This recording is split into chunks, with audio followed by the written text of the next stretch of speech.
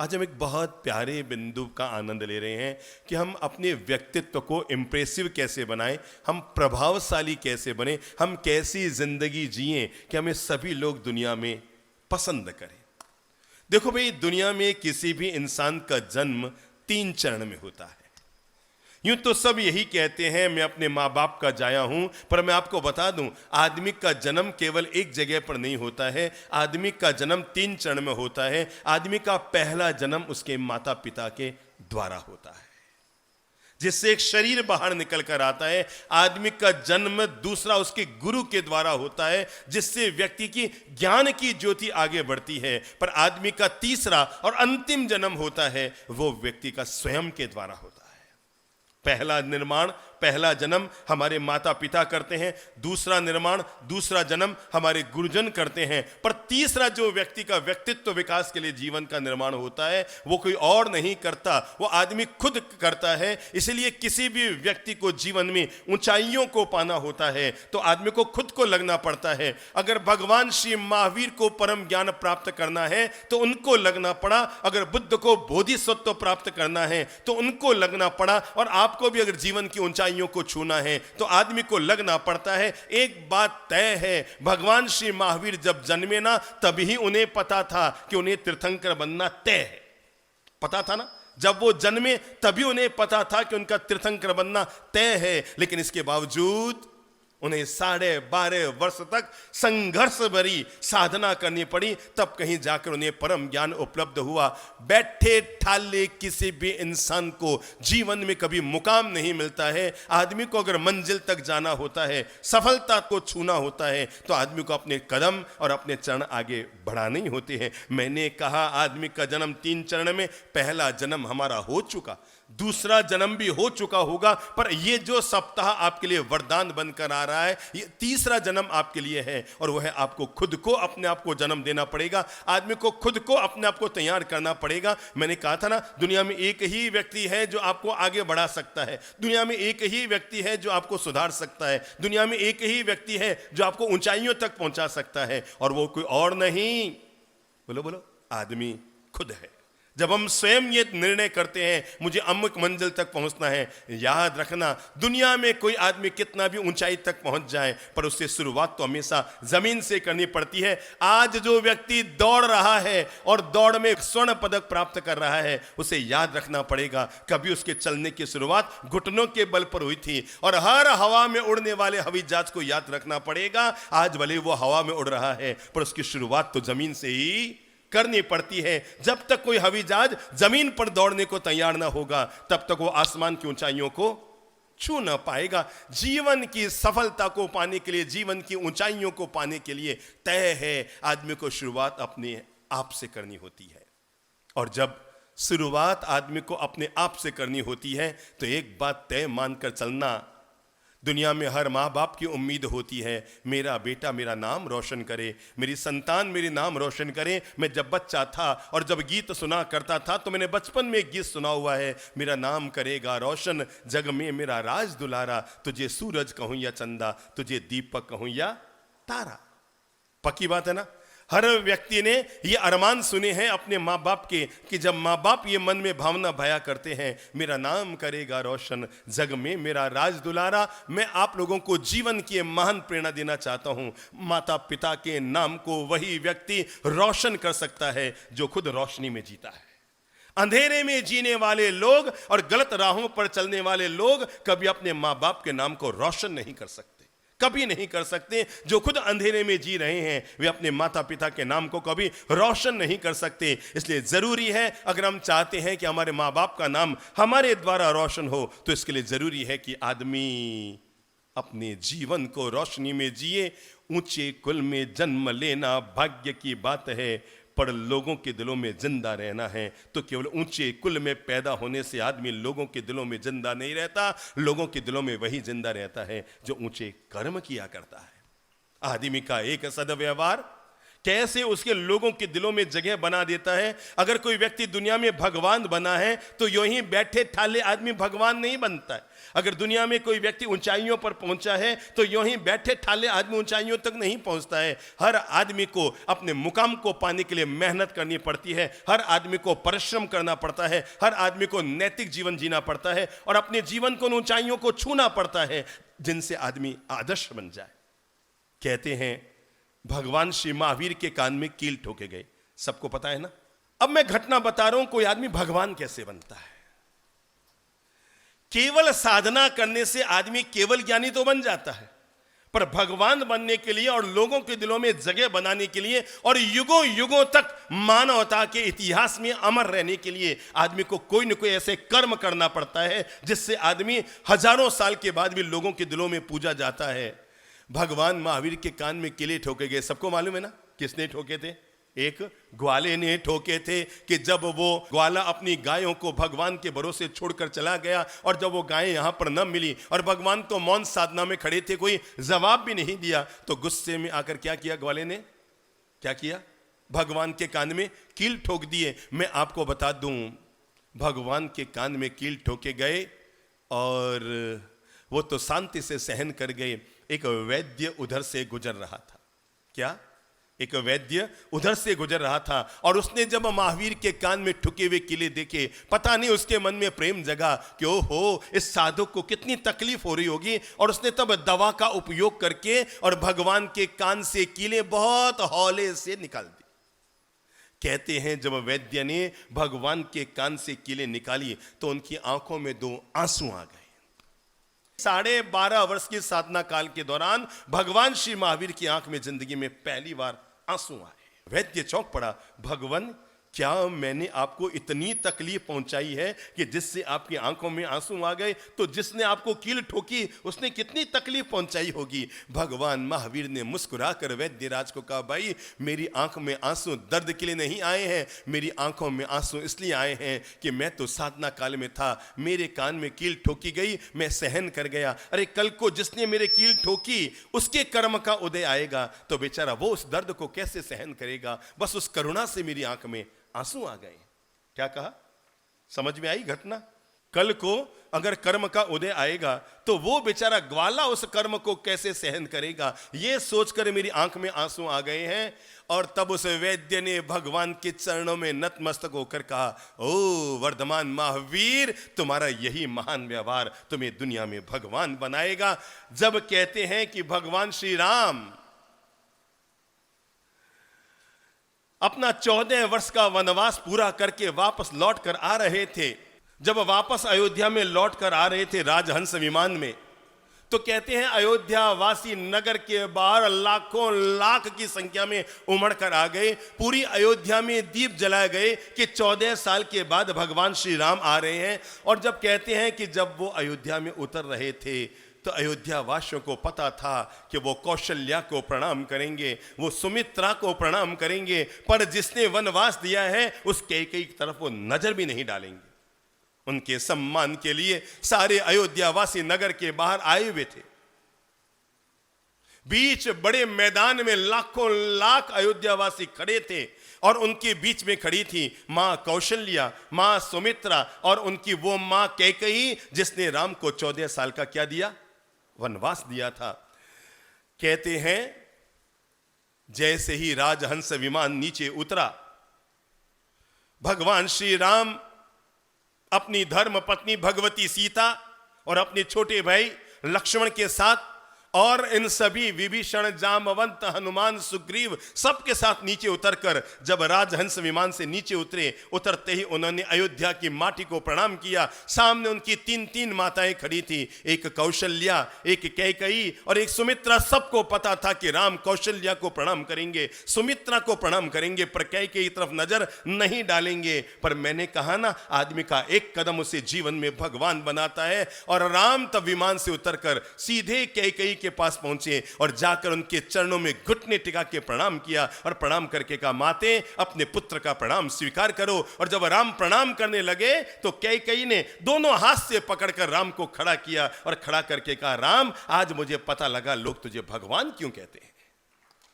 मैंने कहा ना, आदमी का एक व्यवहार उसे जीवन में भगवत्ता के फूल खिला देता है। कहते हैं जीसस जब सलीब पर लटक रहे थे और सलीब पर लटकते हुए पूछा गया कि आपकी अंतिम इच्छा क्या है, तब जीसस ने कहा था, मेरे उन दोनों प्यारे शिष्यों को मेरे सामने बुलाया जाए जिनकी धोखाधड़ी के कारण मुझ पर आज ये गलत आरोप लगेगा, मुझे सूली पर लटकाया जा रहा है। मैं चाहता हूं मरने से पहले उन दोनों का मुंह देखना चाहता हूं। दोनों शिष्यों को जब ये कहा गया वे घबराए। उन्हें पता था कि जैसे ही वो जीसस के सामने जाएंगे जीसस उनके लिए बद्दुआ करेंगे, क्योंकि उन्होंने गुरु के साथ द्रोह किया। वो जैसे ही जीसस के सामने जाएंगे तो जीसस उन पर चिल्लाएंगे, उनके लिए अपशब्द कहेंगे, उनके लिए बद्दुआएं देंगे। वो घबरा रहे थे जाने के लिए, लेकिन जीसस की अंतिम इच्छा थी। सो दोनों शिष्यों को बुलाया गया, कहा मेरी एक और अंतिम इच्छा है कि जब मुझे सलीब पर लटकाएं उससे पहले थोड़ा सा दूध मंगाया जाए। दूध मंगाया गया, एक पात्र मंगाया गया, और तब जीसस ने अपने उन दोनों शिष्यों को जिनके कारण उनको सलीब पर लटकाया गया था, उन दोनों शिष्यों के पांव को दूध से धोया, अपने लंबे बालों से उसको पहुंचा, और पहुंचने के बाद दोनों हाथ ऊपर करके वो दुनिया का सबसे प्रसिद्ध वाक्य उन्होंने बोला था, हे ईश्वर इन्हें माफ कर देना क्योंकि इनको नहीं पता इन्होंने क्या कर दिया है। तब उन दोनों शिष्यों के हाथ में ये तो नहीं था कि अपने गुरु के सूली को वो रोक सकें, पर उनके मन में जरूर आया था।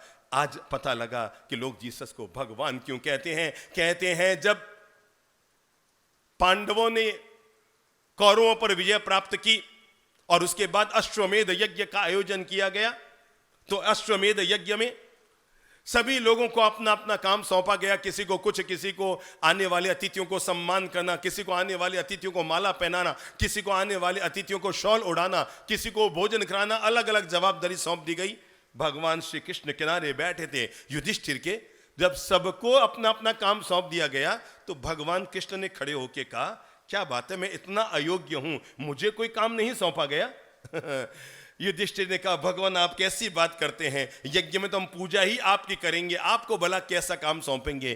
कृष्ण ने कहा, मैं बड़ा हो सकता हूं पर मैं अयोग्य नहीं हूं, मैं भी कोई ना कोई काम करना चाहूंगा तुम्हारे इस यज्ञ में। तो युधिष्ठिर ने कहा, भगवान फिर आप ही तय कीजिए कि आप यज्ञ में क्या काम उठाना चाहेंगे। तब कृष्ण खड़े हुए और खड़े होकर कहा, युधिष्ठिर सम्मान करने का काम तुमने लोगों को सौंप दिया है, माला पहनाने का काम लोगों को सौंप दिया है, शॉल पहनाने का काम लोगों को सौंप दिया है, तांबूल और ताम्रपत्र देने का काम भी लोगों को सौंप दिया है। अपने कंधे में एक काम उठाता हूं कि इस यज्ञ में जितने यजमान, जितने लोग आएंगे, जितने ब्राह्मण आएंगे, वे सब लोग जब भोजन करेंगे तो उनकी जूठी पत्तल को उठाने का सौभाग्य मैं लेना चाहता हूं, और जब वो आएंगे तो उनके चरण पादुकाओं को सम्मान पूर्वक रखने का सौभाग्य मैं लेना चाहता हूं। सारी सभा एक साथ खड़ी हो गई और खड़े होकर कहा, हे कृष्ण, आज पता लगा कि लोग तुम्हें भगवान क्यों कहते हैं।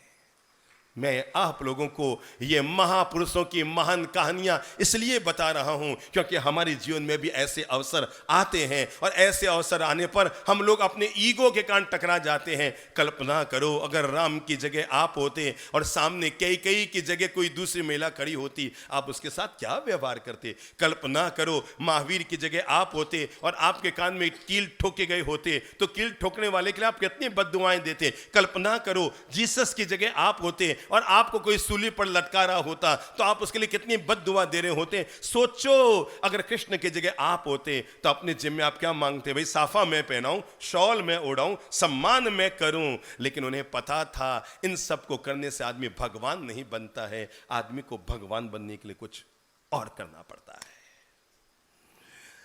हाँ मेरे भाई, आज मैं कुछ आपको मंत्र दे रहा हूं जिंदगी के निर्माण के लिए कि अगर कोई भी व्यक्ति चाहता है मैं दूसरों के दिलों में जगह बनाऊं, सब लोग मुझे पसंद करें। आप बहू हैं तो भी लोग आपको घर में सब पसंद करें, आप सास हैं तब भी घर के सब लोग आपको पसंद करें, अगर आप समाज में हैं, परिवार में हैं, व्यापार में हैं, आप जहां रह रहे हैं वहां के सब लोग आपको पसंद करें। तो मैं एक बात तो बता दूं, ऊंचे कुल में जन्म लेने से आदमी महान नहीं होता, क्योंकि भगवान महावीर ने 2600 साल पहले एक प्यारी बात कह दी थी, न तो आदमी जन्म से महान होता है, न आदमी जाति से महान होता है, न कुल से महान होता है, न वंश से महान होता है, न संपत्ति से महान होता है। आदमी जब भी महान होता है अपने अच्छे, बोलो बोलो किससे, कर्म करने से महान होता है। लिपस्टिक लगाने से चेहरा तो सुंदर हो सकता है पर जीवन सुंदर होगा? बोलो बोलो, यस नो में जवाब दो। लिपस्टिक लगाने से चेहरा तो सुंदर हो सकता है, पर जीवन कभी सुंदर नहीं हो सकता है। श्रृंगार करने से चेहरा सुंदर होता है, पर सद्गुणों को अपनाने से आदमी का जीवन सुंदर होता है। समझ गए ना? हम लोग एक शहर में थे, प्रवचन का कार्यक्रम था, और प्रवचन के बाद सभी लोगों के लिए वो मिल्क रोज रखा हुआ था। क्या रखा हुआ था? मिल्क रोज रखा हुआ था। तो लगभग 11:15 बज गई कि जो आयोजक था वो ऊपर आया, आकर कहा, बाप जी थोड़ा प्रवचन आधे घंटा और चला दो। मैंने कहा क्यों भाई, क्या हुआ? अरे बाप जी सबके लिए मिल्क रोज रखा हुआ है, दूध तो बहुत पड़ा है, लोगों की भीड़ ज्यादा हो गई है, दूध तो बहुत पड़ा है, थोड़ा मिल्क रोज का कलर वगैरह मसाला वसाला आ रहा है, बस 15 मिनट आप और चला दो। मैंने कहा भाई कुछ मत करो ना, पुरुषों को मिल्क रोज पिला दो, महिलाओं को सादा दूध पिला दो। तो महिलाओं को बड़ा बुरा लगा कि बाप जी ये कोई तरीका है कि पुरुषों को तो मिल्क रोज पिलाओ और महिलाओं को सादा दूध पिलाओ। मैंने कहा महिलाएं लिपस्टिक लगाकर आती हो, दूध अंदर जाएगा तब तक मिल्क रोज ही बन जाएगा, वो बेचारा अंदर उतरेगा उससे पहले मिल्क रोज बन जाएगा। तो एक बात ध्यान रखना, केवल चेहरे का श्रृंगार करने से आदमी का जीवन सुंदर नहीं होता है। आदमी के जीवन को सुंदर करने के लिए सद्गुण अपनाने पड़ते हैं। सिकंदर का वैभव कितना भी महान क्यों न हो, पर एक बात याद रखना, वो जीते जी पूजा जाता है। समझ गए ना? समझ लो अभी सामने सिकंदर की मूर्ति खड़ी है और भगवान महावीर की मूर्ति खड़ी है, आपका मन किसको प्रणाम करने का कहेगा? बोलो बोलो बोलो बोलो, किसको? पक्की बात है ना? तो वैभव जीते जी पूजा जाता है और त्याग युगों युगों तक धरती पे पूजा जाता है। वैभव केवल जीते जी। कोई आदमी बहुत सुंदर है, ठीक है भाई, जीते जी सब लोग कहेंगे हाँ साहब हाँ सब, पता नहीं कितने सुंदर और सुंदरियां आई और चली गई, है ना? इतिहास में कितने सुंदर लोग आए, कितने संपन्न लोग आए, कितने अमीर लोग आए, कितने राजा लोग आए, अरे इनका नाम अता पता नहीं, कोई ABCD भी किसी को पता नहीं है। दुनिया में कितने अनंत अनंत लोग पैदा हो गए, लेकिन आज भी जिन लोगों ने अपने जीवन को त्याग और वैराग्य के साथ जिया, वे आज भी लोगों के दिलों में राज करते हैं। अगर आप चाहते हैं कि सभी लोग आपको पसंद करें, सब लोग आपको दिल से चाहें, सब लोगों के दिलों में आपके लिए जगह बने, आप बड़े प्रभावी व्यक्तित्व के मालिक बने, आप जहां जाएं आपके आवाज़ के लिए हजारों हाथ उड़ जाएं, आप जहां जाएं वहां आपके नाम पर लोग इकट्ठे हो जाएं, आप जहां जाएं वहां पर लोग आपको पसंद करें, तो मैं आपको कुछ ऐसे छोटे छोटे कीमिया मंत्र दे रहा हूं, जिन कीमिया मंत्रों को अगर आप अपने जीवन के साथ जोड़ेंगे तो आप पाएंगे आप जहां जा रहे हैं वहां पर लोग आपको बड़े तहे दिल से पसंद कर रहे हैं, दिल से पसंद कर रहे हैं, दिल में आपके लिए जगह रख के लोग पसंद कर रहे हैं। आप जहां जाएंगे वहां पर लोग आपको पसंद करेंगे। नंबर 1, अपने जीवन में पहला सद्गुण आप जोड़ सकते हैं तो जोड़ लो। एक बात हमेशा याद रखना मेरे भाई, 3 लोगों को ईश्वर कभी माफ नहीं करता है। कितने लोगों को?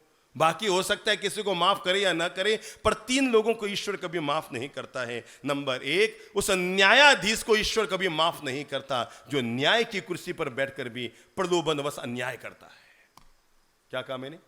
उस न्यायाधीश को ईश्वर कभी माफ नहीं करते जो न्याय की कुर्सी पर बैठकर भी अन्याय करते हैं। नंबर 2, ईश्वर उन्हें कभी माफ नहीं करते जो अमीर होकर भी कंजूस है। नंबर 3, उस संत को ईश्वर कभी माफ नहीं करते जो संत होकर भी दुराचार में जीवन जीता है।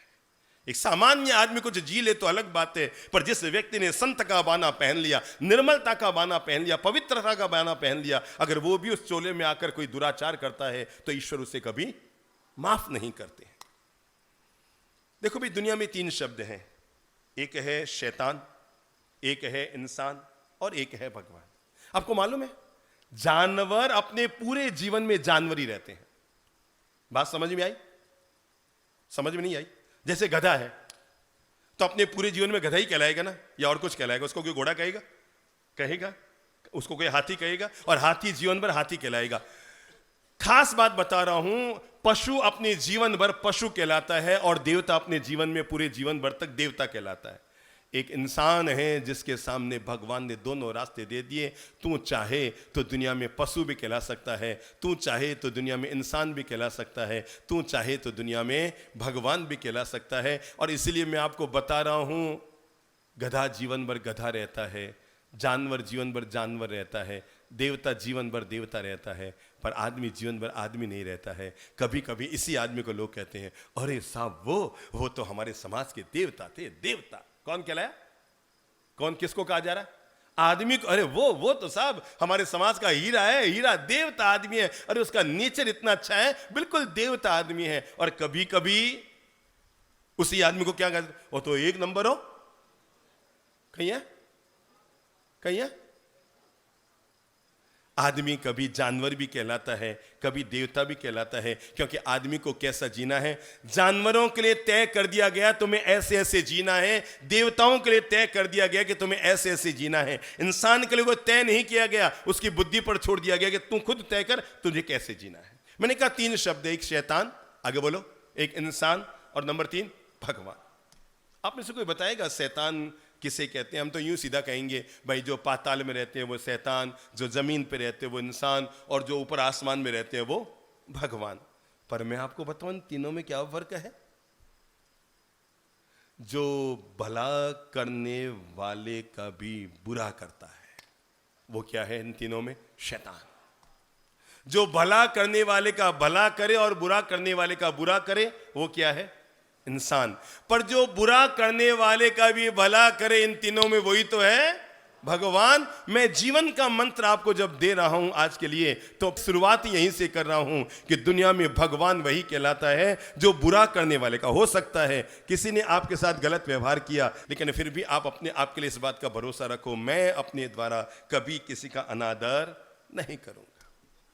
जीवन को मीठा मधुर जीने के लिए, और आप चाहते हैं सब लोग आपको पसंद करें, तो इसके लिए मैं पहला मंत्र आपको देना चाहूंगा, और वह हर व्यक्ति अपने जीवन में तय कर लें। अपने जीवन को बहुत विनम्रता से जीने की कोशिश कीजिए। आप लोगों के दिलों में जगह बनाएंगे, तय मानकर चलें। आपका अकड़पन लोगों के दिलों के आपको बाहर निकालेगा, और आपकी विनम्रता लोगों के दिलों में आपके लिए जगह बनाएगी। जब भी किसी के साथ पेश आओ, विनम्रता से पेश आओ। याद रखना, एक बार कभी ये जो सामने तालाब है ना, यहाँ पर बाहर बूढ़ा पारा में तालाब है, इतना बड़ा तालाब। एक बार घर से एक पानी का एक स्टील का या एक पीतल का लोटा लेकर आना, एक घड़ा लेकर आना। आज एक काम करना, वो जो 15 लीटर का घड़ा होता है ना, वो लाना और ला करके तालाब में छोड़ देना। मैं आपको ताज्जुब की बात बता रहा हूं, 1 दिन 2 दिन 10 दिन, महीना 2 महीना, साल भर तक वो घड़ा पानी में पड़ा रहेगा, पर उसमें एक बूंद पानी आने वाला नहीं है। प्रयोग करके देख लेना। अरे बाकी सब छोड़ो, अपने घर में ही एक तपेले में पानी भर लेना और एक कटोरी उसमें छोड़ देना। क्या होगा? एक बूंद पानी भी कटोरी में आएगा? नहीं आएगा ना। कटोरी में पानी तभी आएगा जब कटोरी हल्की सी झुकने के लिए तैयार होगी। घड़ा जीवन भर कुएं में पड़ा रह जाए, पर एक बूंद पानी नहीं आएगा जब तक वो झुकने को बोलो तैयार नहीं होगा। घड़े को अगर भरना है तो झुकने के लिए तैयार होना पड़ेगा। और जिंदगी में आदमी को कुछ परिणाम पाना है तो आदमी को विनम्र होने के लिए तैयार होना पड़ेगा। जे नमे ते सहुने गमे। जो आदमी नमता है, विनम्र रहता है, वो सबके दिलों में राज करता है। हमारे पास इतिहास से एक बड़ी महान कहानी है, और वो कहानी है बाहुबली की। कहते हैं बाहुबली जंगल में साधना कर रहे हैं। 1 नहीं, 2 नहीं, महीने नहीं, कई के महीने और कई साल बीत गए हैं। जंगल में बिल्कुल अकेले खड़े साधना कर रहे हैं। शायद इतिहास में किसी व्यक्ति ने इतनी साधना नहीं की होगी कि साधना में खड़े खड़े उसके शरीर पर लताएं उगकर आ गई। सांपों ने आने जाने के रास्ते बना लिए, पांवों के बीच में से बिल बनाकर रास्ते बना लिए, और पूरे शरीर पर लताएं उगकर आ गई। एक दिन बाहुबली की दोनों बहनें, ब्राह्मी और सुंदरी, बैठी थी भगवान श्री ऋषभदेव के पास और पूछा कि भगवान, हमारा ये बाहुबली भाई इतना महान तेजस्वी, इतना महान तपस्वी, इतना महान साधक जंगल में साधना कर रहा है, आखिर ऐसा क्या है कि उसे परम ज्ञान प्राप्त नहीं हो रहा है? उसके शरीर पर लताएं उगाई है, कितने वर्ष हो गए उसको जंगल में साधना करते हुए, पर परिणाम नहीं मिला। भगवान ऋषभदेव ने अपनी दोनों बिटियाएं, जो वास्तव में बाहुबली की सगी बहनें थी, उन्हें बताया कि बेटा कैसे बताऊं, वो तुम्हारा भाई बाहुबली है ना, उसके भीतर एक अहंकार का शूल है, और शूल ये है, उसने संत जीवन ले तो लिया, पर संत जीवन लेने के बाद उसके मन में कांटा ये आया है कि अगर मैं भगवान के पास जाऊंगा तो वहां मुझसे पहले दीक्षित 99 मेरे छोटे भाई और संत बने हुए हैं। अगर मैं वहां गया तो मुझे अपने छोटे भाइयों को प्रणाम करना पड़ेगा, इसलिए मैं पहले परम ज्ञान प्राप्त करूंगा, इसके बाद अपने छोटे भाइयों के पास जाऊंगा ताकि वो मुझे प्रणाम करेंगे, मुझे उन्हें प्रणाम करने की जरूरत नहीं पड़ेगी। अब ये कांटा जब तक न निकले, ये तो यही हो गया, वो झुकने को तैयार नहीं, और जब तक झुकेगा नहीं तब तक घड़ा पानी से भरेगा नहीं। घड़ा कहे मैं झुकूंगा नहीं, और पानी कहता है तू झुकेगा नहीं तब तक मैं तेरे भीतर आऊंगा नहीं। ब्राह्मी सुंदरी ने पिताश्री से कहा हम जाते हैं पिताश्री, और जाकर बाहुबली की आत्मा को जगाते हैं। और तब कहते हैं ब्राह्मी और सुंदरी दोनों बहनें जहां पर जंगल में खड़े होकर बाहुबली साधना कर रहे हैं वहां पर आते हैं, और आकर के वो अपनी स्टाइल से, अपने तरीके से बाहुबली की आत्मा को जगाना चाहते हैं, और कहते हैं भैया हाथी से नीचे उतरो, जब तक तुम हाथी से नीचे नहीं उतरोगे तब तक तुम्हें परम ज्ञान प्राप्त नहीं होगा।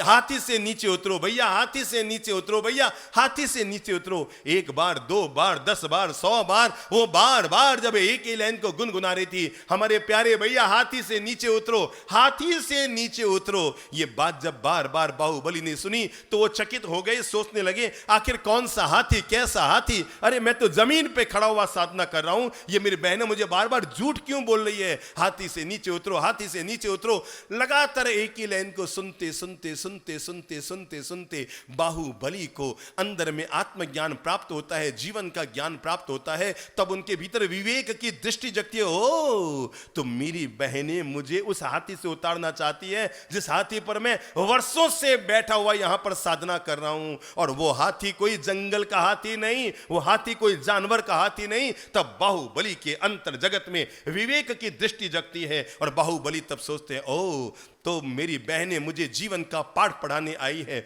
मैं वास्तव में अहंकार के हाथी पर बैठा हूं, और जब तक अहंकार के हाथी पर बैठा रहूंगा मुझे परम ज्ञान प्राप्त नहीं होगा। ओहो मैं संत बन गया, मैंने राजपाट को छोड़ दिया, राज रानियों को छोड़ दिया, वैभव का त्याग कर दिया, जमीन जायदाद का त्याग कर दिया, और तो और अपनी सारी संपत्ति का त्याग कर दिया, पर मैं अपने भीतर में पलने वाले अहंकार का जो पोषण मैं कर रहा था उसका त्याग न कर पाया। और जब तक मैं इस अहंकार का पोषण का त्याग नहीं करूंगा मुझे मुक्ति नहीं मिलेगी। चलो अब मैं साधना नहीं करता हूं, अब मैं जाता हूं पहले और अपने छोटे भाइयों को झुककर प्रणाम करता हूं ताकि मेरा अहंकार खत्म हो सके। मैं आपको कैसे बताऊं जीवन में विनम्रता का परिणाम क्या होता है, जीवन में अहंकार के त्याग का परिणाम क्या होता है। जो बाहुबली जंगल में 12 साल से साधना कर रहे थे, कितने साल से? 12 साल से जंगल में साधना कर रहे थे, पर परम ज्ञान न मिला, और उन्होंने जैसे ही एक कदम बढ़ाया अपने छोटे भाइयों को प्रणाम करने के लिए, चलो मैं जाता हूं, अहंकार का त्याग करता हूं, अपने छोटे भाइयों को प्रणाम करने के लिए जाता हूं। अरे गए कहां, केवल एक कदम बढ़ाया। क्या बढ़ाया? कितना सेकंड लगा होगा एक कदम बढ़ाने में? कितना सेकंड? बोलो बोलो बोलो बोलो बोलो बोलो। अधिक से अधिक 2 सेकंड लगे होंगे एक पांव आगे बढ़ाने में। लेकिन जैसे ही उन्होंने पांव आगे बढ़ाया अपने छोटे भाइयों को प्रणाम करने के लिए, जीवन की इस विनम्रता ने जो काम 12 साल में पूरा न किया वो 12 सेकंड में पूरा हो गया, और बाहुबली को परम ज्ञान प्राप्त हो गया। आज भी गोमटेश बाहुबली की वो विशाल प्रतिमा जो ठेठ कर्नाटक में महान महामंत्री चामुंडराय के हाथ से बनी हुई है, आपको पता है? अब मैं बताऊं खास कहानी, विनम्रता का जीवन में क्या महत्व होता है। कहते हैं दुनिया की सबसे बड़ी मूर्ति, आप में से कौन कौन है जिन्होंने गोमटेश बाहुबली यानी मैसूर के पास, बेंगलोर के आगे जो मूर्ति है उसके दर्शन किए? हाथ खड़ा करो। जो दुनिया की सबसे बड़ी प्राचीन मूर्ति है, आप सब लोगों ने दर्शन किए ना। अब मैं बताऊं जीवन में विनम्रता का परिणाम क्या होता है। कहते हैं चामुंडराय की मां कर्नाटक के महान मंत्री थे। यह घटना आज से लगभग 1050 वर्ष पहले की है। कर्नाटक के महामंत्री थे जिनका नाम था मंत्रीश्वर चामुंडराय। उनकी मां की इच्छा हुई कि बेटा मैंने एक सपना देखा है, और सपने में मैंने देखा है कि मैं दुनिया में सबसे बड़ी बाहुबली की मूर्ति को बनाने वाली मैं बनी हूं। बेटा मेरी इच्छा है, तू इतना बड़ा अमीर है, कर्नाटक का महामंत्री है, सबसे बड़े भारत के अमीर राज्य का तू मंत्री है, मेरी इच्छा है हम एक ऐसी मूर्ति का निर्माण कराएं जो न भूतो न भविष्यति। तब कहते हैं, मैं आपको बता दूं वो मूर्ति कहीं बाहर से लाके नहीं रखी गई है, असंभव था।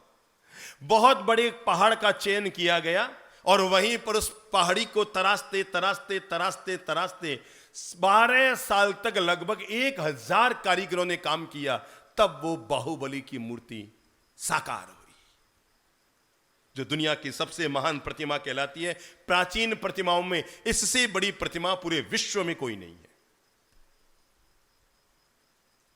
वो प्रतिमा साकार हुई, सब अचंभे में रह गए, क्या गजब की मूर्ति बनी है। चामुंडा राय ने छाती ठोकी और कहा, ओ इतनी बड़ी महान मूर्ति को बनाने का सौभाग्य मुझे मिला है, मुझसे बड़ा महान दुनिया में कौन होगा। अब जब मूर्ति इतनी बड़ी महान बनी है तो इसकी प्रतिष्ठा भी इतनी महान कराऊंगा कि आने वाले 1000 सालों तक लोग याद रखेंगे।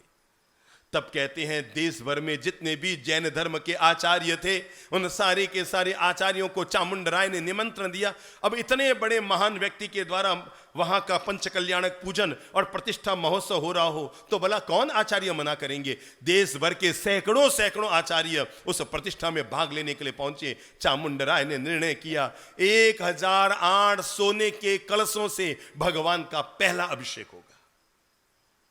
क्या निर्णय लिया? 1008 कलश से नहीं, सोने के घड़ों से, स्वर्ण घट से भगवान का अभिषेक करने की तैयारी हुई। और तब चामुंडा राय ने निर्णय किया भगवान का अभिषेक कोई सामान्य लोगों के हाथों से नहीं होगा।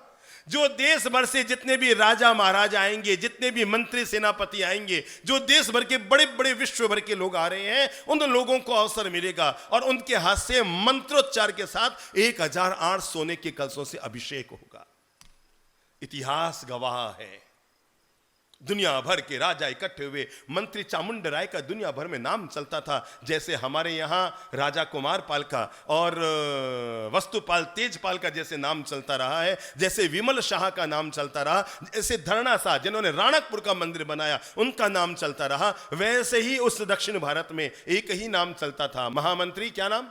चामुंडा राय। जीवन के मैं आपको मंत्र दूं इससे पहले अब बताता हूं उस मूर्ति की प्रतिष्ठा कैसे होती है। दुनिया की सबसे महान बड़ी मूर्ति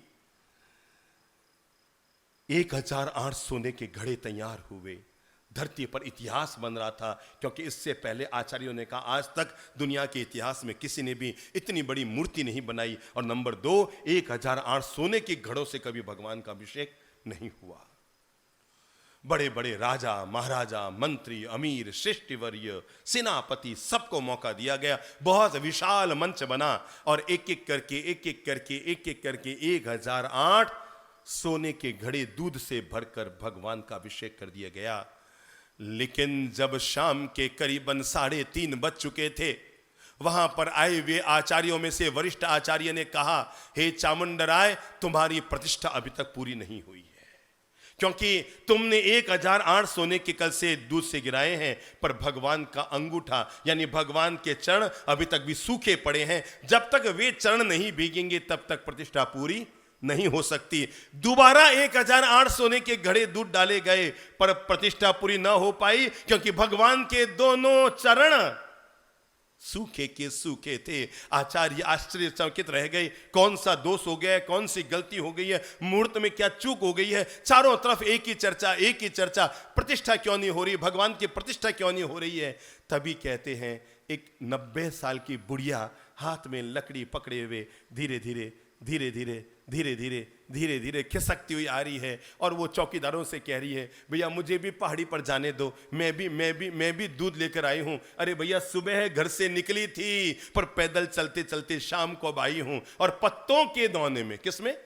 सोने के कल से नहीं, चांदी के कल से नहीं, किसका कलसा?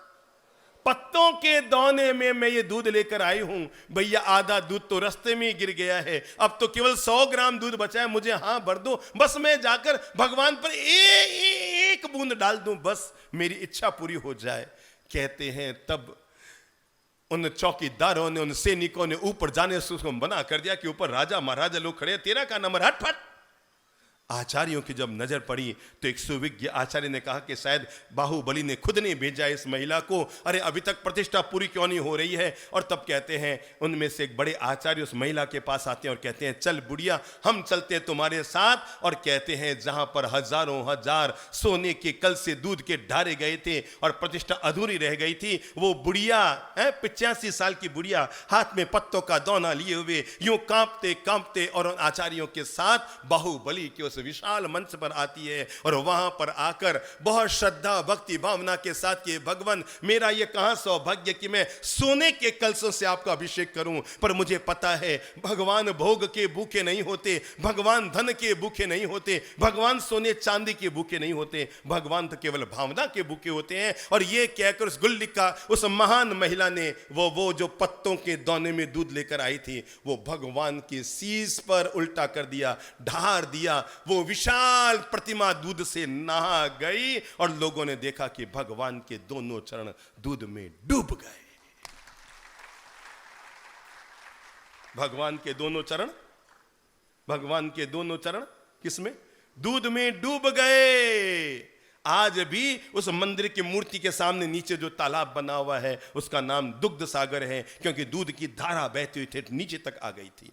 और कहते हैं उस महिला ने जैसे ही वो कलसा ढारा, उसने भगवान को धोख लगाई और धोख लगाते वो लुढ़क गए। क्या? धोख लगाते वो लुढ़क गई। मैं कैसे बताऊं? चामुंड राय ने तय किया हुआ था कि बाहुबली की विशाल मूर्ति के सामने मैं अपनी मां की मूर्ति बनाऊंगा, हाथ जोड़े हुए। क्या तय किया हुआ था? बाहुबली की विशाल मूर्ति के सामने मैं अपनी मां की मूर्ति बनाऊंगा, हाथ जोड़े हुए।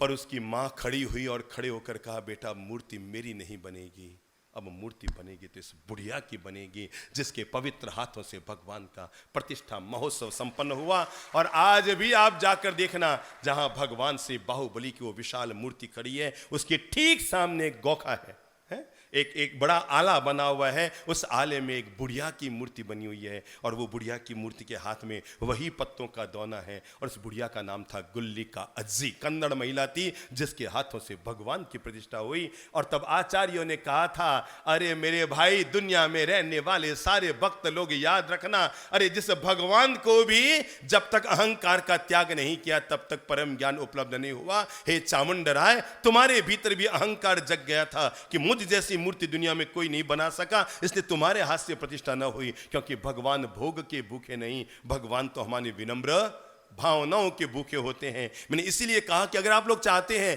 कि सभी लोग आपको पसंद करें तो जीवन में एक पहला सद्गुण जोड़ लो, और वो सद्गुण है, अपने मुंह से बोल लो, हम हमेशा क्या रहेंगे?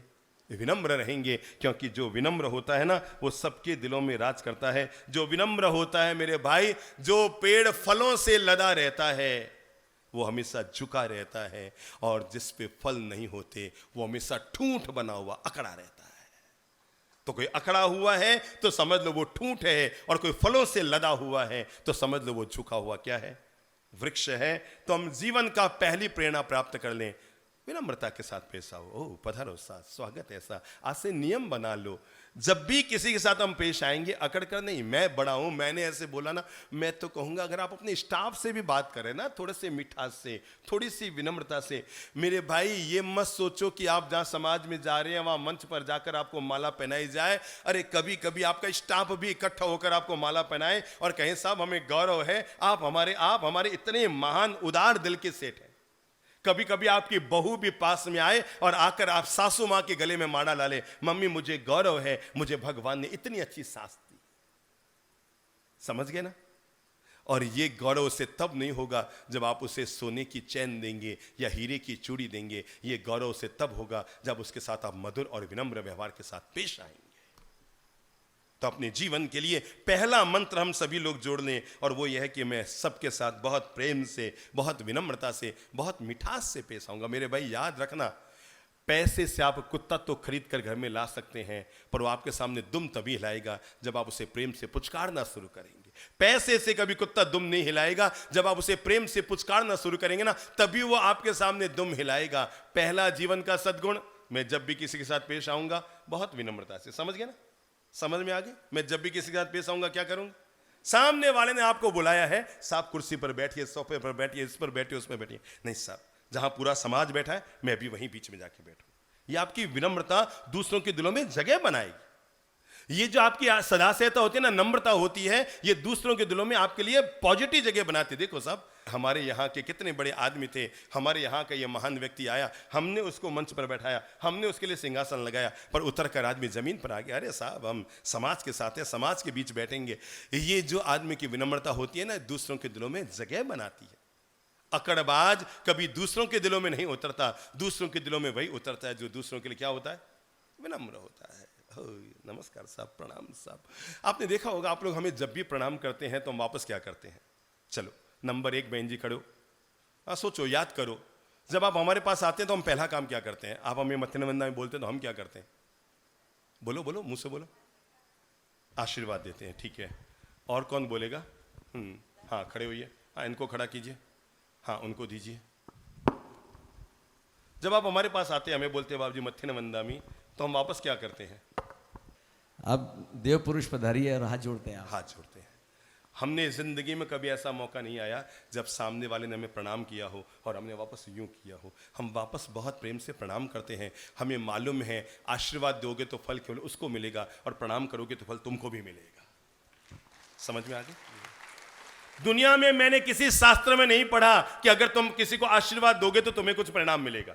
मैंने नहीं पढ़ा आज तक कि अगर तुम किसी को आशीर्वाद दोगे तो तुम्हें कुछ परिणाम मिलेगा। मैंने नहीं पढ़ा, पर इतना जरूर पढ़ा है भाई। मैं तो हमेशा एक बात कहा करता हूं भगवान से कि भगवान, हमारे जीवन से सब कुछ कभी छीनना हो तो छीन लेना। कभी हमारे भाग्य कमजोर हो जाए, भाग्य की दशाएं बिगड़ जाए, कभी ग्रह नक्षत्र कमजोर हो जाए, और अगर छीनना हो तो सब कुछ छीन लेना। हमारी बोलने की जो ताकत है ना, वो भी छीन लेना, कोई दिक्कत नहीं। पर एक चीज हमें जीवन में हमेशा दिए रखना, वो है विनम्रता। हमेशा दिए रखना, ये हमसे कभी मत छीनना, क्योंकि हमारे जीवन का वो सद्गुण है। अगर ये हमारे पास है तो पूरी दुनिया हमारे साथ है। कौन सा सद्गुण? कौन सा सद्गुण? बिल्कुल सही बताया अभय बाबू ने, और वो है कि आप जब भी मिलते हैं तो हम वापस आपको क्या कहते हैं? ओ पधारो सा, भगवान आप रो भलो करे। हम कहते जरूर है भगवान आप रो भलो करे, पर हम यूं करके नहीं कहते, हमेशा यूं कह के कहते हैं भगवान आप रो भलो करे, मतलब थासो पहली मारो करे, ये वास्ते हाथ जोड़ के कहते हैं। हमेशा के लिए आदत डाल लो, जीवन की गाड़ी अगर खटर पटर कर रही है, चला लो एक और गाड़ी, जीवन की गाड़ी, और उसके अगर खटर पटर चल रही है चक्कों में तो कुछ मत करो, अपनी जीवन की गाड़ी में विनम्रता का ग्रीस लगा लो। क्या लगा लो? विनम्रता का ग्रीस लगा लो। फिर देखो आपकी गाड़ी की खटर पटर कैसे शांत हो जाती है, और चक्के ऐसे चलेंगे कि आपको पता ही नहीं लगेगा, और चक्के बड़े आराम से चलने शुरू हो जाएंगे। अपनी जीवन की गाड़ी में विनम्रता का ग्रीस लगाते रहिए ताकि गाड़ी कभी खटर पटर ना करे। मैंने कहा आदमी का पहला सद्गुण है, और वह है जीवन से जोड़कर रखो आज के बाद ही कि मैं हमेशा सबके साथ विनम्रता से पेश आऊंगा। अगर आप चाहते हैं इंप्रेसिव लाइफ जीना, प्रभावी व्यक्तित्व के मालिक बनना चाहते हैं कि सब लोग आपको पसंद करें, तो दूसरा सद्गुण जीवन में होना जरूरी है, और वो है जब भी किसी के साथ पेश आए, बोले, बातचीत करें तो हमेशा मिठास से बोलिए। खटास को कभी पैदा मत कीजिए। माना कि सामने वाला आपसे लड़ने के लिए आया था और उसने आकर के नींबू निचोड़ दिया, उसने खटास डाल दिया। आपके पास 2 विकल्प है, या तो आप भी उसके लिए नींबू निचोड़ें, या आप अंदर से 2 चम्मच शक्कर लाकर उसमें मिलाएं और शिकंजी का आनंद उठाएं। दोनों विकल्प आपके पास हैं। उसने आपकी जिंदगी में नींबू डाला है, आप भी उसके जीवन में नींबू डाल दो, दोनों एक माजने के हो गए। वो भी गिरा और आप भी गिर गए, पर उसने नींबू निचोड़ा और आपने आकर के 2 चम्मच शक्कर डाल दी। क्या हुआ? नींबू ने शक्कर में, शक्कर ने नींबू में जाके क्या काम किया? शिकंजी का स्वाद आपके लिए पैदा कर लिया। जीवन भर याद रखो, जब भी बोलो मिठास से बोलो। मेरे भाई, रावण को बोलना नहीं आता था तो अपने सगे भाई को भी खो दिया। क्या कहा मैंने? रावण को बोलना नहीं आता था इसलिए अपने सगे भाई को भी खो दिया। राम को बोलना आता था सो दुश्मन के भाई को भी अपना दोस्त बना लिया। यह जबान की ताकत है। मेरे पास एक महानुभाव आते थे जयपुर में, रोज आके कहते बाप जी मेरे घर चलो, इतना बड़ा घर आपने दुनिया में कभी नहीं देखा होगा, मेरी इतनी बड़ी कोठी है, इतना बड़ा मकान है, इतना बड़ा वो है। मैं कहा चलूंगा भाई चलूंगा, अभी ये प्रवचन माला पूरी हो जाए। नहीं नहीं बाप जी एक बार चलो। बाप जी अरे आपने इतना इतना प्यारा सुंदर मकान आपने नहीं देखा होगा। तो मैंने कहा भाई साहब एक काम करना, कल जब आओ ना तो एक विश्व का ग्लोब लेकर आना। क्या लेकर आना? वो समझे नहीं कि बाप जी घरे चलने वास्ते विश्व का ग्लोब की कहीं जरूरत। मैं कह लेर तो आई जे। वो अगले दिन विश्व का ग्लोब लगभग कितना बड़ा, लगभग होगा मतलब 10 इंच का, 10-11 इंच का विश्व का ग्लोब वो लेकर आए, घूमने वाला वो लेकर आए। हाँ बाप जी ले आए, विश्व ग्लोब ले आए। कहीं करा बाप जी? मैं क्या कुछ मत करो, इसमें जरा ये पता करो इसमें एशिया कहाँ है। मुझे एशिया को देखना है। उन्होंने यूं यूं यूं यूं यूं यूं देखा, कहा बाप जी ये एशिया है। मैंने कहा इसमें इंडिया कहाँ है? कहा बाप जी इसमें इंडिया कितने होगा विश्व के ग्लोब में? अंगुली मिलाओ तो, एक और अंगुली मिलाओ, कितना होगा? 11 इंच का विश्व का ग्लोब, तो इसमें इंडिया कितना होगा? कितना होगा प्रभु जी? लगभग 1.25 इंच का। तो वो कहा बाप जी बस ये एक। मैंने कहा इसमें राजस्थान कहाँ है? कहा बाप जी राजस्थान तो इसमें अब वो तो अब सुई लेके ही बता पाऊंगा मैं, यहाँ है। मैंने कहा इसमें जयपुर कहाँ है? कहा बाप जी असंभव। मैंने कहा इसमें आपकी एरिया कहाँ है? कहा असंभव। मैंने कहा इसमें तुम्हारी कोठी कहाँ है? विश्व के ग्लोब में जिस कोठी का एक बूंद जितना भी महत्व नहीं है, समुद्र में एक बूंद जितना भी, और आप कहते हो मेरा आलीशान मकान, मेरा मेरा। मेरे भाई किस बात का ईगो करते हो? नंबर 1 जीवन का सद्गुण जोड़कर रखो, हमेशा विनम्र रहो। और दूसरा, जब भी अपनी वाणी का इस्तेमाल करो मिठास से बोलो, प्रेम से बोलो। मेरे भाई याद रखना, शरीर में घाव लग जाए तो दवा से भर जाते हैं, और जबान में घाव लग जाए तो बिना दवा के भर जाता है। शरीर में अगर घाव लगे तो 7 दिन दवा से ठीक हो जाता है। जबान में अगर घाव लग जाए तो डिटॉल नहीं लगाते। लगाते हैं क्या? जीभ कभी कट जाए तो हम डेटॉल नहीं लगाते हैं, कोई सोफ्रामेसिन नहीं लगाते हैं, कुछ नहीं लगाते हैं, अपने आप भर जाता है। शरीर में लगा हुआ घाव दवा से ठीक होता है, जबान में लगा हुआ घाव बिना दवा के ठीक होता है। पर जबान से लगा हुआ घाव जीवन में कभी ठीक नहीं होता है, कभी नहीं बढ़ता है। अगर आपने जबान से किसी की जिंदगी में घाव दिया है, आप नहीं जानते, आपने तो टेढ़े बोलकर अपनी बहू के दिमाग में 2 बातें डाल दी, टेढ़ी बात डाल दी, गुस्से में डाल दी, अपशब्द कह दिए, पर वो जीवन भर टोती रहेगी। मम्मी ने मुझे ऐसा कहा था, मम्मी ने मुझे ऐसा कहा था। और जब आप बूढ़े भी हो जाएंगे ना, तब भी उसके दिमाग में पांव दबाते हुए चलता रहेगा, मुझे इन्होंने ऐसा बोला था, मुझे इसलिए। जब भी बोलो प्रेम से बोलो, किसी का पानी उतारते हुए मत बोलो। हम एक घर में थे, सच्ची घटना लाइव कर रहा हूं। जो घर में बहू थी, नई थी, मतलब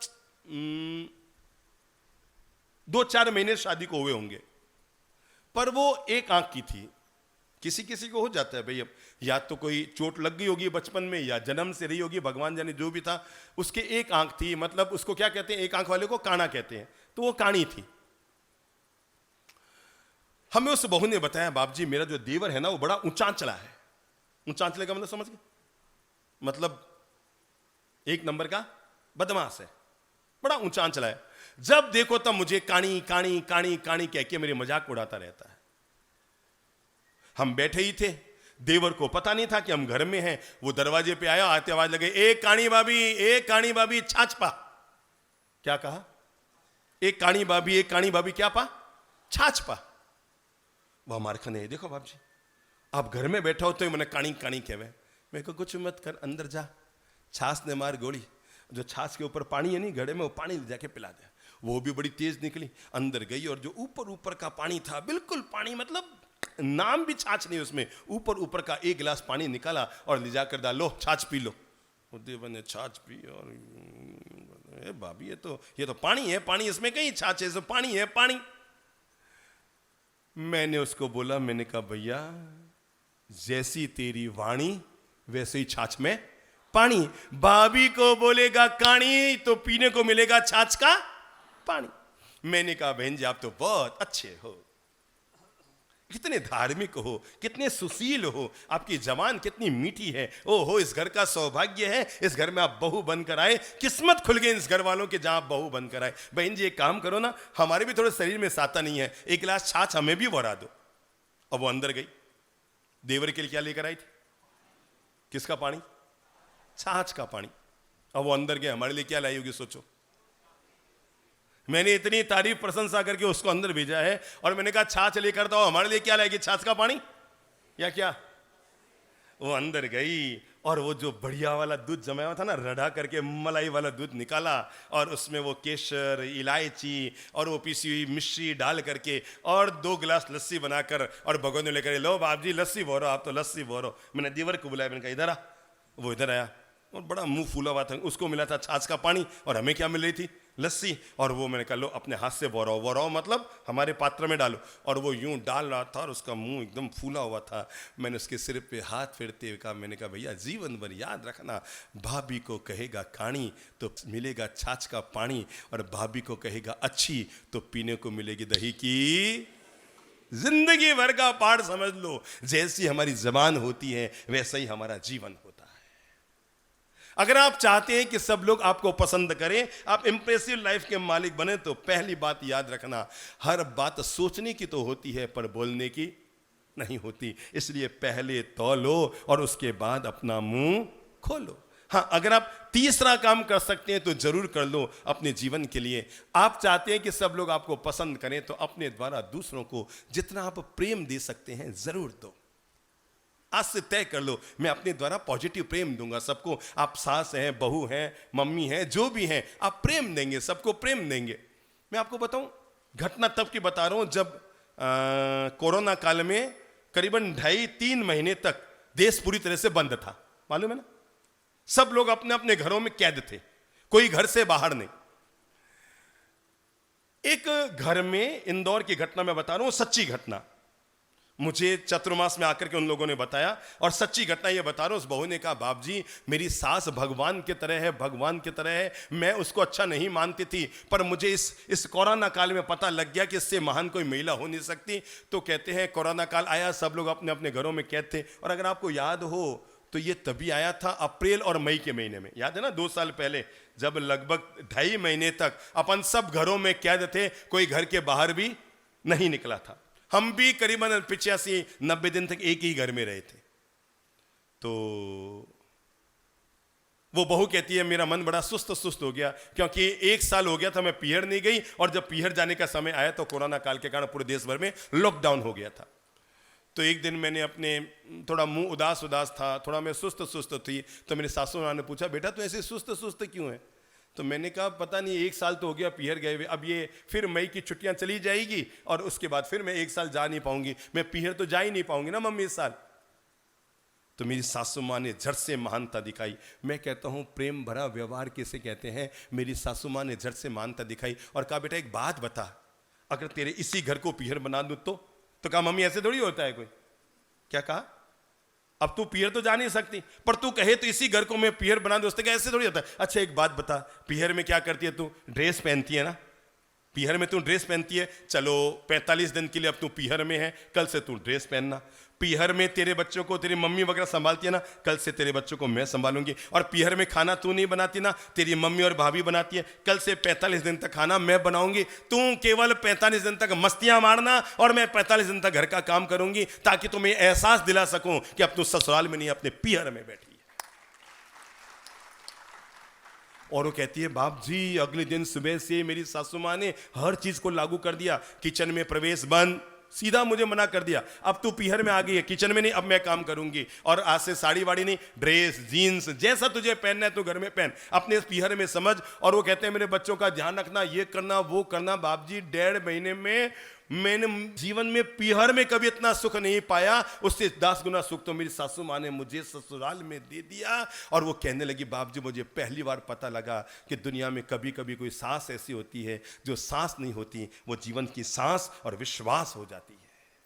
केवल बड़प्पन भरा, दिल भरा व्यवहार हमें चाहिए। और मैं अंतिम बात कहकर जो आप लोगों को अब खड़ा कर रहा हूं, वो है अपने हाथ के हमेशा उदार रहिए। अगर आप चाहते हैं सब लोग आपको पसंद करें तो कंजूसाई मत किया करो। क्या करो? हाथ के हमेशा उधार रहो। उधार नहीं, उधार। आप उल्टा मत समझ लेते कि हाथ में हमेशा उधार लेते रहो, है? उदार बने रहो, अपने हाथ से कुछ ना कुछ हमेशा समर्पित करते रहो। जो व्यक्ति अपने हाथ का हमेशा उदार रहता है वो हमेशा दूसरों को पसंद किया जाता है। हमेशा हाथ से उदार रहो, ठीक है? देखो भाई, मैं आपको कैसे बताऊं, मैं जिस ननिहाल से मेरा ननिहाल जो जन्म के बाद रहा, बीकानेर का नाहटा परिवार था। देश के बहुत बड़े नामजद विद्वान व्यक्ति थे अगरचंद जी नाहटा, हमारी माँ उन्हीं की बेटी थी। तो हमारे ननियाल में एक मामी थी, मुझे और तो किसी का चेहरा याद नहीं, जो बचपन में हमारे चले गए। एक मामी थी, वो हम जब भी जाते हम बच्चों को टॉफी या हाथ खर्चा या ये सब दिया करती। वो मामी जब दुनिया से चली गई ना, गए तो कई लोग होंगे पर आंख में आंसू नहीं आए, पर बच्चों में मामी चली गई तो लगा जैसे हमारा हाथ ही चला गया। अगर आप घर में उदार बने रहेंगे, बच्चों के साथ, बड़ों के साथ, बहुओं के साथ, ले बेटा ठीक है, ठीक है, ले बेटा। अरे मेरी माताओं, शरीर छोड़ते समय 80 तोला सोना एक साथ छोड़ने के बजाय हर दिवाली 1 तोला सोना बहू को दे दिया करो। एक साथ 80 तोला सोना क्यों छोड़ो? ठीक है ना, समझ गए ना, मेरी बात गले उतर रही है? एक साथ 80 तोला सुनेंगे, इसके बजाय हर साल दिवाली पर 1 तोला सोना दे दो। मैं आपको कैसे बताऊं, आपका ये उदार व्यवहार, बहू कहेगी मेरी सासू माँ भगवान है, भगवान दिवाली आती नहीं है उससे पहले मेरे लिए कोई नया गहना खरीद कर ले आती है। हाथ के हमेशा उदार रहो। अगर आपको कोई भूखा प्यासा पीड़ित इंसान मिल जाए, उसका सहयोग कर दो। सच कहता हूं, दुनिया में आज की तारीख में सबसे बड़ा अगर कोई धर्म है तो एक ही धर्म है, किसी भूखे को भोजन करवाना। रोज आप अपने घर वालों को खिलाओ, परिवार वालों को खिलाओ, सबको खिलाओ, पर किसी एक गरीब को खाना जरूर खिलाएंगे, किसी एक भूखे का पेट जरूर भरेंगे, किसी दीन दुखी के जीवन में काम आकर उसके कल्याण का काम जरूर करेंगे। अगर हम ये सद्गुण अपने जीवन में जोड़ते हैं, मैं सच कहता हूँ, आदमी अपने रंग से कभी महान नहीं होता। आदमी जब भी महान होता है अपने सुंदर ढंग से महान होता है। चेहरे का रंग कैसा हो ये तो कुदरत के हाथ में था, पर हमारे जीवन जीने का ढंग कैसा हो ये तो हमारे हाथ में है। हमारी सूरत कैसी हो ये तो कुदरत के हाथ में था, पर हमारी सीरत कैसी हो ये तो हमारे हाथ में है। चलो, चेहरे का रंग तो हम नहीं बदल सकते, पर जीने का ढंग तो हम बदल सकते हैं। अपनी सूरत तो हम नहीं बदल सकते, पर अपनी सीरत को हम बदल सकते हैं। अगर ये भी हो गया तो बात बन जाएगी।